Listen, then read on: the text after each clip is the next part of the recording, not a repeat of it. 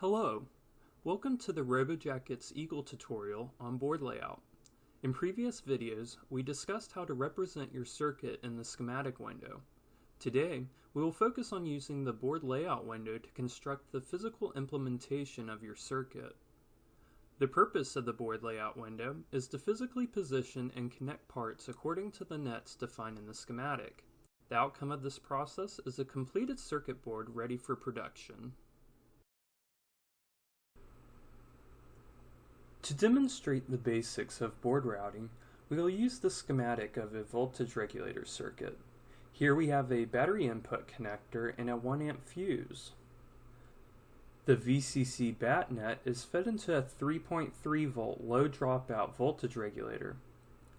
C1 is used as a bypass capacitor to filter out any noise on the power rail. C3 is used to filter out any ripple on the 3.3 volt rail.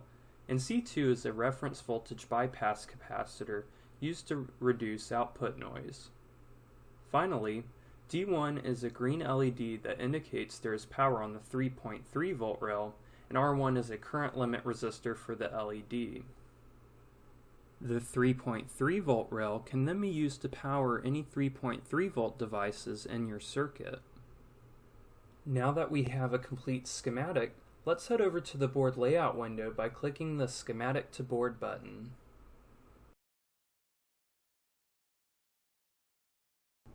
Just like the schematic window, you want to adjust the grid setting if you have not done so already. I use 1 mm for the size and 0.1 mm for the alternate.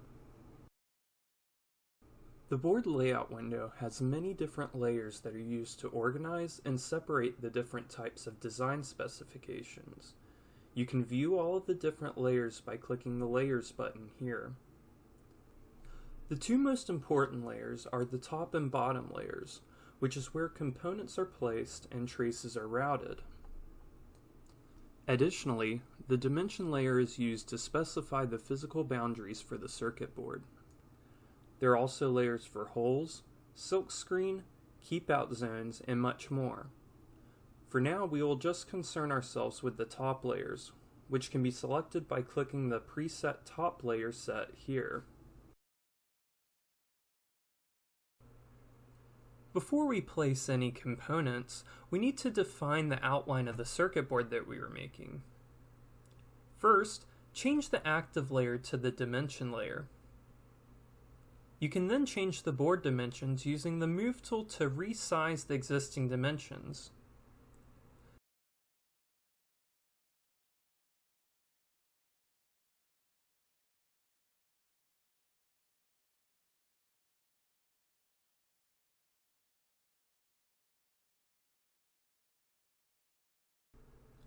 When you first generate the board layout from a schematic, EAGLE places all of the components that you specified off to the side of the board perimeter.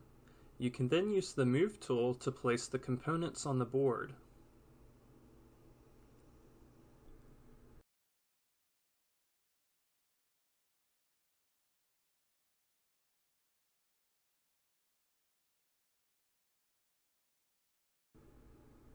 When placing components, you can rotate them by clicking the right mouse wheel.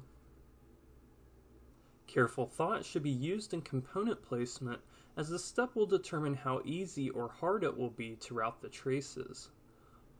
Also, be careful to not place components too close to each other, as you need to have room to route traces and physically solder those components onto the board.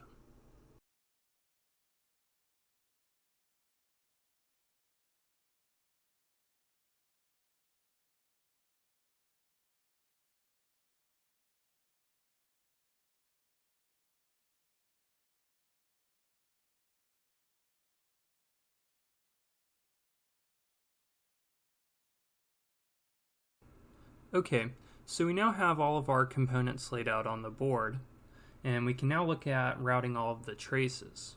But before we do that, I want to encourage you to not use the auto router feature of EAGLE.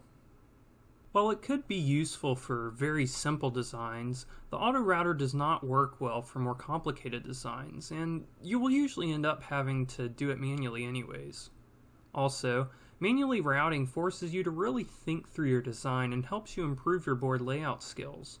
Routing is like a puzzle, and it can take several attempts to get a design that you are happy with. Now that all of the components are laid out on the board, we are ready to start routing traces. The thin lines between the components are called air wires. They show you which pins and pads are connected to each other in the schematic. To route a trace, click on the Route tool and then click on one of the pads of a component. Drag the trace to route it to the pad at the other end of the air wire. When routing traces, it is important to keep the trace width in mind. Low current signal traces can have smaller widths, but high current power traces need to be wider to keep from burning out.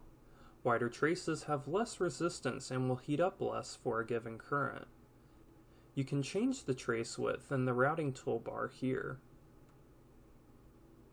Continue routing traces until all of the connections defined in the schematic are connected and all of the air wires are gone.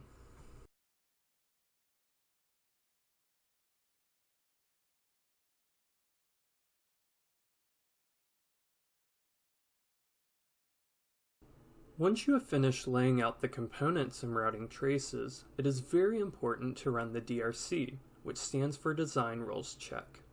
The DRC checks to make sure that your board complies with the specified design rules such as trace widths and clearances. It also checks for errors such as remaining air wires, wire stubs, and trace collisions. To run the DRC, go to the Tools menu and click on DRC. You can use the default design rules or load in a custom design rules file. To run the DRC against the design rules, click on the Check button. As you can see, the DRC found one air wire and two wire stubs. A wire stub is a trace segment that is not connecting anything together, so it can be deleted. It is important to go through and fix all of the errors that the DRC finds to ensure that the board you design will work and can be manufactured.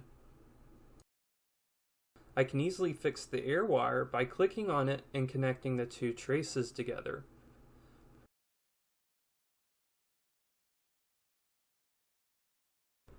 Now that everything is routed, we can take a look at the Silkscreen.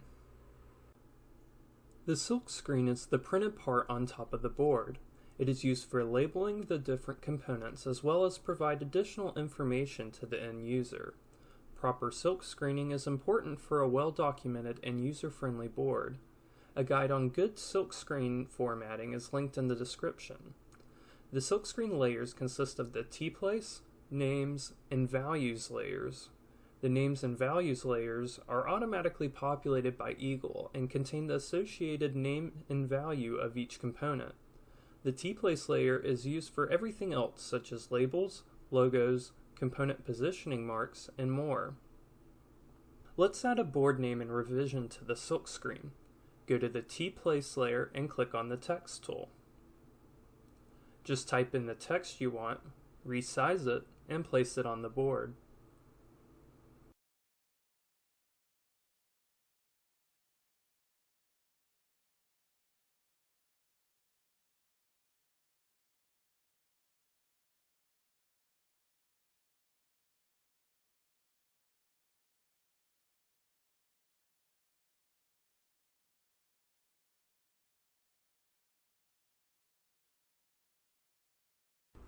This board is now complete and is ready for manufacturing.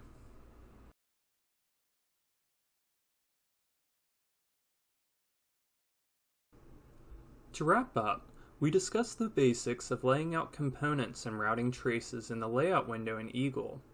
This video just scratched the surface on board layout, however, so please check out our following videos on board layout to learn more. If you found this video useful, please like it and subscribe to our channel below. Thanks.